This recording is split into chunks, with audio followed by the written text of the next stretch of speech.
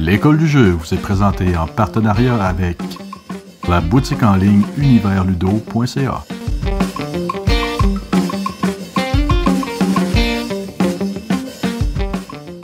Salut la gang, c'est Joe. Hey, on est déjà rendu à la review du mois de juin, donc on est début juillet. Vous allez écouter ma vidéo des jeux que j'ai joués au mois. J'ai pas participé malheureusement à d'événements ludiques, donc ça va se limiter à des jeux. J'ai beaucoup travaillé aussi sur mon imprimante 3D, donc attendez-vous à avoir sûrement des vidéos sur la chaîne prochainement à ce propos-là. Un peu sur le même principe peut-être que mes tutos, mais pas forcément des tutos d'impression 3D. Je suis pas encore assez à l'aise pour donner des hints, puis des conseils là-dessus encore, mais je vais peut-être vous montrer un peu ce que j'ai fait depuis que je l'ai, les petits trucs, les petites embûches que j'ai rencontrées. Donc, prochainement, sûrement des vidéos sur l'impression 3D. Donc, je commence par vous parler des jeux que je n'ai pas la boîte. Donc, le premier jeu que j'ai essayé, que je n'ai pas la boîte, c'est JP Board Game Québec qui m'a apporté ça. C'est Québec, dans le fond. On avait un jeu sur ma province, puis j'y avais jamais joué. J'ai trouvé ça franchement sympathique. À première vue, le plateau est un peu chargé, même une fois tout mis en place, mais une fois expliqué, puis on joue, on comprend rapidement comment ça fonctionne, puis j'ai trouvé ça franchement intéressant pour ce que l'impression qu'il me donnait au départ. J'ai trouvé ça vraiment le fun. Des fois, on a des jeux qui nous disent « Ah, il a l'air moyen, il a pas l'air le fun », ou bon, je pense particulièrement à Castle of Burgundy ou au Château de Bourgogne, qui est particulièrement laid, mais qui est très le fun. Québec va être dans cette niche-là aussi. Un jeu, il n'est pas aussi laid, mais il donne pas tant le goût de jouer. Je pense que c'est un jeu qui mériterait une bonne réédition, ça vaudrait la peine. Donc Québec, j'ai bien apprécié ma partie. Ensuite, j'ai joué avec Sylvain à Versus ou VS ou VS ou... c'est ça. Versus System, un jeu distribué par... Deck, quelque chose Deck. Je me souviens plus. Qu'importe, c'est sur Marvel. C'est une espèce de jeu à la Magic. Où est-ce qu'on va jouer des cartes. On va avoir des cartes qui vont représenter, pour ceux qui connaissent Magic, des manas, donc d'énergie qu'on pourra utiliser pour invoquer des nouvelles, dans ce cas-ci, des nouveaux héros ou des nouveaux vilains, selon votre deck que vous avez construit ou préconstruit, parce que les decks préconstruits, mais on peut très bien mélanger les cartes. Il n'y a aucune carte à collectionner, c'est vraiment, tout est dans la boîte ou dans les extensions. Ça joue principalement à 2 joueurs, mais des variantes à 3 et à 4 joueurs que j'ai pas pu essayer. Mais pour ce que j'ai joué, j'ai trouvé ça très plaisant. Si j'avais un peu le type de joueur pour jouer à ça, ça serait un jeu que j'aimerais beaucoup avoir. Mais malheureusement, j'ai pas le public temps pour jouer, mais j'ai vraiment trouvé ça bien. Ensuite, toujours avec Sylvain, j'ai joué à Imaginarium. Donc Imaginarium que j'ai trouvé bien dans l'ensemble, il est super beau. Tout est bien illustré, il y a des petites figurines pour les joueurs, c'est super bien fait. Mon seul bémol, je ne sais pas à long terme la rejouabilité, à quoi ça ressemble.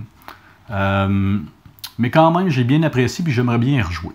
Ensuite, les jeux que j'ai les boîtes maintenant, donc il n'y aura pas de petites vignettes dans aucun coin. Premier que j'ai joué à Civ ou à Carta Impera Victoria.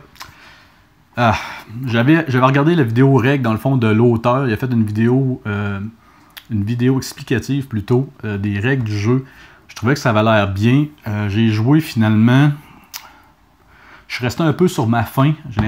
On a l'impression de rusher, de se dépêcher à essayer d'avoir les fameuses 7 cartes ou peut-être 8, ça dépend du nombre de joueurs. Nous on a joué à 4.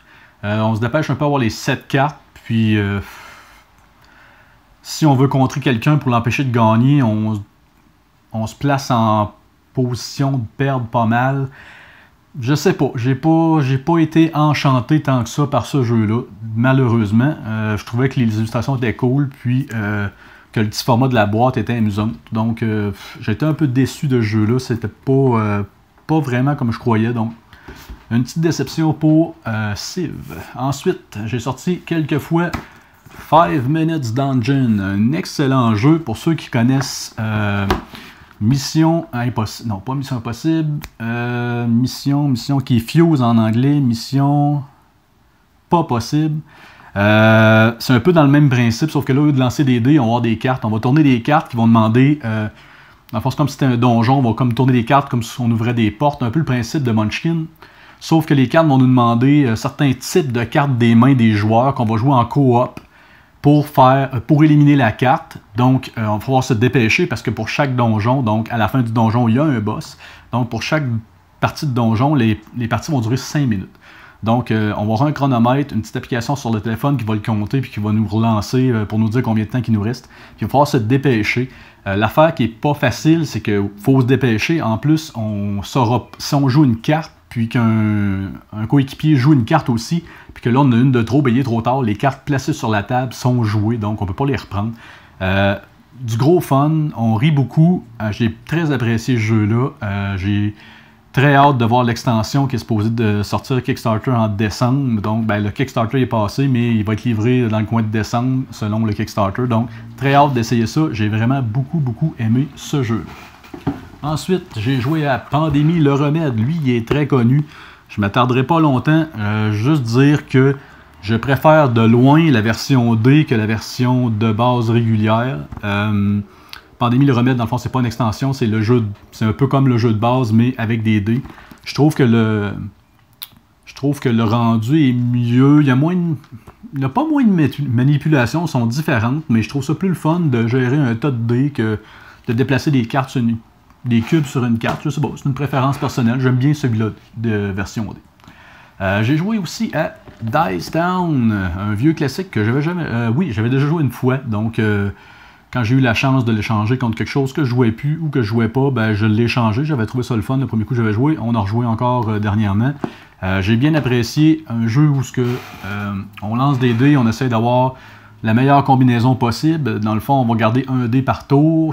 On va pouvoir payer de l'argent pour garder des dés supplémentaires. Ce qui va forcer les autres joueurs, des fois, à jouer le tour plus vite parce que le premier joueur déclenche la fin de la manche quand il obtient son dernier dé. Donc, il y a une petite course un peu, des fois. Il va falloir essayer de voir aussi ce que les autres joueurs ont choisi pour ne pas prendre la même chose, au moins le prendre, être majoritaire. Puis selon la sorte de phase de dés qu'on va avoir, on va avoir un bonus dans différents lieux. C'est très le fun. C'est un jeu... c'est plus stratégique qu'un jeu de party, mais ça a un peu l'ambiance. J'aime bien ce jeu-là. C'est très divertissant. Ensuite, Sagrada, un de mes classiques. On demande souvent Sagrada ou Azul. Il n'y a pas de Sagrada ou Azul. Ça vous prend les deux. Les deux sont excellents. Sont très différents. Ben selon moi, ça vous prend les deux. Il y en a qui n'aimeront peut-être pas celui-là, ou peut-être pas l'autre, ou peut-être pas les deux, on ne sait jamais. Mais Sagrada est très le fun. C'est un petit jeu parce qu'on va avoir des dés, encore une fois, qu'on va drafter selon les joueurs. Chacun son tour, on va prendre un dé, puis on va retourner dans l'autre sens inverse pour reprendre un deuxième dé. Dans le fond, on va faire ça pour les dimanches. Donc, le joueur qui est premier va avoir le premier choix, mais aussi le dernier. Fait que ça balance bien le jeu pour ce côté-là. C'est super le fun. On va avoir des contraintes on va avoir un petit vitrail quadrillé, où on va avoir des contraintes soit de couleur, de nombre ou pas. Puis, peu importe s'il y a une condition ou non, les dés adjacents ne devront jamais être de même couleur et de même valeur. Donc, il y a un petit challenge côté-là. On va avoir des objectifs, un objectif personnel de dés de couleur. Puis, on va avoir des objectifs communs pour tout le monde. Puis, des cartes qui vont nous permettre d'un peu tricher, de modifier les règles dans le jeu en échange de petits jetons qu'on a en début de partie selon la complexité qu'on a choisi de faire pour notre vitrail. Donc, je trouve ça super le fun. Ça va toujours bien. Des parties assez rapides, pas trop compliquées, pas trop simples. Puis, le jeu est magnifique. Donc, je vous le conseille grandement, Sagrada. Ensuite, j'ai joué à Pioneers de Queen's Game. J'ai pas trouvé ça mauvais. C'est pas un grand jeu, mais c'est acceptable. J'ai bien aimé ça. Je vais y rejouer sûrement. On a bien aimé pour les joueurs qui étaient avec moi aussi. Ça avait l'air d'avoir été apprécié. Dans le fond, on va se promener sur une carte avec une diligence. On va ramasser des bonus selon des personnages qu'on va avoir dans nos diligences personnelles. Sur une carte un peu, il y a un petit visuel aventurier du rail, mais c'est pas vraiment un set collection. On va plutôt placer des routes entre nos personnages, un peu comme les rails dans les aventuriers du rail. Mais cette fois-ci, chaque destination plutôt, ce ne sera pas d'aller d'un point A à un point B, ça va être chaque destination, ce qu'on va avoir à chaque ville en fait, il va y avoir un bonus. Puis lorsqu'on va se rendre à une ville, on va prendre un bonus, on va l'exécuter. Le prochain joueur va avoir le choix d'aller à une des prochaines villes bonus qui est reliée déjà, qui est proche plutôt de où ce que la calèche est. Dans le fond, la calèche va pouvoir se promener d'une ville à une autre ou de plusieurs villes s'ils sont vides. Dans le fond, on n'aura pas le droit de déplacer, d'outrepasser des villes où il y a encore des jetons. Donc, c'est pas le jeu le plus enlevant que j'ai joué, mais c'est appréciable, c'est pas un mauvais jeu. Ensuite, j'ai joué à cette grosse bébête-là qui se nomme Rails Way of the World. Dans le fond, sûrement que plusieurs joueurs vont le connaître. C'est un jeu qui est à sa 10e édition, donc un jeu qui roule depuis un bon bout. Un excellent jeu, on a joué à 3, la carte du Mexique. J'avais déjà joué à 2 avec Sylvain, j'avais trouvé ça bien, mais à 2, ça marche moins bien le jeu. Ce qu'on a trouvé dans cette partie-là, par exemple, c'est que les cartes, il y a des cartes, il y a comme une pile de cartes selon le plateau qu'on a. Dans le fond, selon la région, là, on avait le Mexique, donc les cartes qui viennent avec le Mexique, ils donnent des bons bonus, des très gros bonus pour des objectifs qu'ils vont proposer. D'autres fois, ils vont donner si on prend cette carte-là, ils vont nous donner un bon pouvoir, un bon avancement comparé aux autres.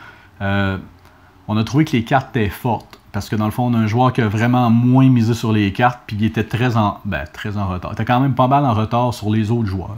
Donc, je ne sais pas si je vais tout jouer mes parties avec les cartes, ou si je ne vais pas plutôt dire à tout le monde, regardez, les cartes, c'est important. Oui, parce qu'on a beau perdre un tour à prendre une carte, souvent ça vaut la peine. Fait que les cartes sont quand même puissantes. Sinon, le jeu est très beau, des petits trains en plastique, des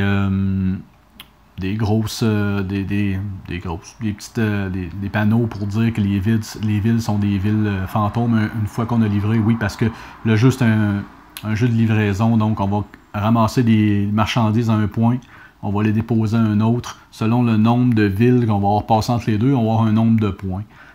Donc c'est très fun. Il y a toujours des villes, des réseaux qui sont réussis à faire, vont être plus payants que les autres. Il y a un petit peu d'aventurier du rail. Je vous dirais que c'est une espèce d'aventurier du rail plus gamer, plus avancé. Donc, sauf qu'on n'aura pas la contrainte des couleurs de réseau. On va pouvoir construire où qu'on veut. La contrainte, ça va être l'argent. Parlant d'argent, c'est spécial. On commence la partie avec pas d'argent. On va devoir prendre des dettes en partant. Donc, il va falloir à chaque tour donner une ristourne sur ces dettes-là. Ça fait en sorte qu'on a autant d'argent qu'on veut tout le temps, mais si on ne réussit pas à maintenir l'équilibre, on va toujours en payer plus qu'on en prend. Donc, à la fin de la partie, ça va coûter cher, on va perdre beaucoup de points. Donc, j'ai adoré ce jeu-là. Je vous le conseille également. Aussi, j'ai joué à Rajas of the Genji. J'ai fait essayer ça à Sylvain. C'était pas mal celui de notre groupe qui n'avait pas essayé encore. Donc, j'ai fait essayer à Sylvain. Je sais qu'il l'a trouvé bien, mais sans plus. Pour ma part, c'est un jeu que j'apprécie beaucoup. Le matériel est sublime. Le plateau est un peu chargé, mais quand on voit un peu où ce qu'on peut jouer, puis qu'on connaît un peu des actions, c'est quand même assez clair. Il y a beaucoup de choses à regarder. Ça me fait penser un peu, peut-être une petite coche en dessous, mais proche d'un Tzolk'in. C'est un excellent jeu. Les parties sont un peu longues à 4. Je préfère peut-être y jouer à 3 ou même à 2, mais 3 ça va encore bien. Un bon jeu, quoi dire d'autre? Rien d'autre. C'est excellent, c'est tout. Ensuite, j'ai joué quelques parties de Micropolis. Donc, Micropolis, qui est un jeu plutôt simple où on va avoir à choisir à notre tour une tuile parmi 7, ou peut-être moins, dépendant si on est les premiers joueurs ou non. Puis, plusieurs tuiles vont avoir des pouvoirs, d'autres vont donner des fruits qu'il va falloir collectionner pour faire des points. Donc, plus la collection de fruits différentes va être longue, plus on va faire de points. Aussi, chaque fourmi va nous permettre des trucs différents. Par exemple, la reine va nous permettre, si on fait de faire un point par tuile où ce que sa galerie est prolongée. Mais si jamais une autre reine se ramasse dans la même galerie, les points sont perdus. Fait qu'il faut faire bien attention à ce qu'on les met. Il va y avoir des casernes pour stocker nos soldats qui vont donner beaucoup de points en fin de partie. C'est vraiment le fun. C'est vraiment simple à jouer. Il y a une belle profondeur. C'est pas un Terra Mystica, mais pour le type de jeu, ça a une belle profondeur. C'est super le fun. J'ai pas joué avec des gens qui ont été déçus à date. Seul petit bémol. Le jeu se joue de 2 à 6, donc à 2 et à 3 joueurs, on joue comme deux rushs en même temps. Pour des joueurs moins expérimentés, c'est peut-être pas l'idéal. Donc, si vous jouez, essayez de jouer à 4, 5 ou 6, ça va être un meilleur compte de joueurs pour débuter, je trouve. Donc, je vous le recommande fortement quand même. Micropolis, c'est un autre jeu de Bruno Catala d'ailleurs, qui est souvent son nom sur des bons jeux. Parlant de Bruno, et maintenant aussi Ludovic Maublanc. Il nous a sorti Die Stars, ça fait un petit bout maintenant. Je l'ai joué, je l'ai essayé dernièrement, moi. J'avais jamais joué encore. Un excellent jeu. J'ai vraiment aimé ça. Je savais pas qu'on pouvait avoir autant de fun avec un sac, avec quelques dés, un crayon et un bloc-notes. On va devoir à notre tour lancer entre 1 et 3 dés. Puis par la suite, on va choisir si on prend les dés de même valeur ou les dés de même couleur. Donc, on va faire des points comme ça dans une grille qui va dépendre de plein de choses. On va avoir aussi un petit côté push your luck ou stop ou encore en français, si on veut, où ce qu'on va venir cocher des cases pour doubler les points de notre ligne dans la grille, mais en prenant les dés avec des étoiles. Mais si on ne réussit pas à la remplir, on a 0 points. Si on réussit à la remplir, on double nos points. Donc, on se demande tout le temps, bon, je commence une nouvelle ligne d'ici la fin de la partie, je vais avoir le temps de la finir. Il y a un beau petit suspense, des petits choix déchirants pour un jeu de cette taille-là, dans ce prix-là, de ce calibre-là. J'ai trouvé que j'ai eu beaucoup de plaisir, donc je vous recommande aussi fortement. Également, pour finir le mois, j'ai également joué à ce gros jeu-là. Bon, c'est la boîte qui est grosse, le jeu quand même pas si compliqué que ça, malgré qu'il y ait beaucoup de pages de règles. Le jeu est quand même assez simple. Dans le fond, c'est les illustrations et les exemples qui font que le livre est épais. Mais c'est un excellent jeu. Donc, Le Parrain, qui est un jeu, un mélange de contrôle de territoire, de placement d'ouvriers, avec beaucoup d'interactions quand même. Donc, ce ne sera pas simplement de mettre un bonhomme à un endroit pour ramasser quelque chose, pour l'échanger contre de quoi. Ça se peut qu'en l'échangeant, on tue des travailleurs du joueur qui sont ici des gangsters. Du joueur adverse pour les foutre dans la rivière. On va aussi peut-être voler de l'argent. Ça m'est arrivé, quelle déception, de se faire voler de l'argent au cours de la partie. Ça se peut aussi, qu'est-ce qui peut arriver d'autre? Plein d'autres choses. Des fois, on va pouvoir serrer... on a comme une petite mallette en métal. Parlant de mallette, le matériel est génial. Là. Il y a une petite mallette en métal pour faire notre coffre d'argent. On a notre main de carte qui peut être de l'argent et d'autres choses. Puis on a un grand plateau. Tout est super beau. Il y a des figurines, toutes. Encore une fois, un jeu que les figurines n'apportent rien au jeu, mais qui aide à l'immersion. Souvent, il y a des gens qui disent « Ah, les figurines, c'est pour vendre. » Ben, pas toujours. Des fois, ça rajoute une belle petite couche d'immersion qui fait qu'on ne fait pas juste calculer des points, on joue à un jeu, c'est bien plaisant. Donc, j'ai vraiment aimé Le Parrain, qui est un jeu fort sympathique. Je pense que c'est un des rares jeux où on a un aspect placement d'ouvriers, puis que je n'ai pas été fâché de me faire des coups bas, parce que, ben oui, un peu, mais que à la fin de la game, je me suis pas dit « Ah, fuck, tu sais, c'est décevant, je pensais pas, j'ai comme perdu ma game à cause de ça. » On sait qu'on perd de l'argent, ben, l'argent et les points dans le fond dans la partie. On sait qu'on perd des points dans la partie quand on se fait faire des coups de cochon, comme on dit. Mais on n'a pas l'impression qu'à moitié du jeu, ça nous a coûté la partie, puis que la partie est finie, puis qu'on sait qu'on va perdre à tout prix. Donc, comme les points sont secrets en plus jusqu'à la fin de la partie, ben ça ne décourage pas de dire, bon, ben, je suis 20 points en arrière de tout le monde, je me suis fait faire encore voler de l'argent, puis je me suis fait descendre quelqu'un.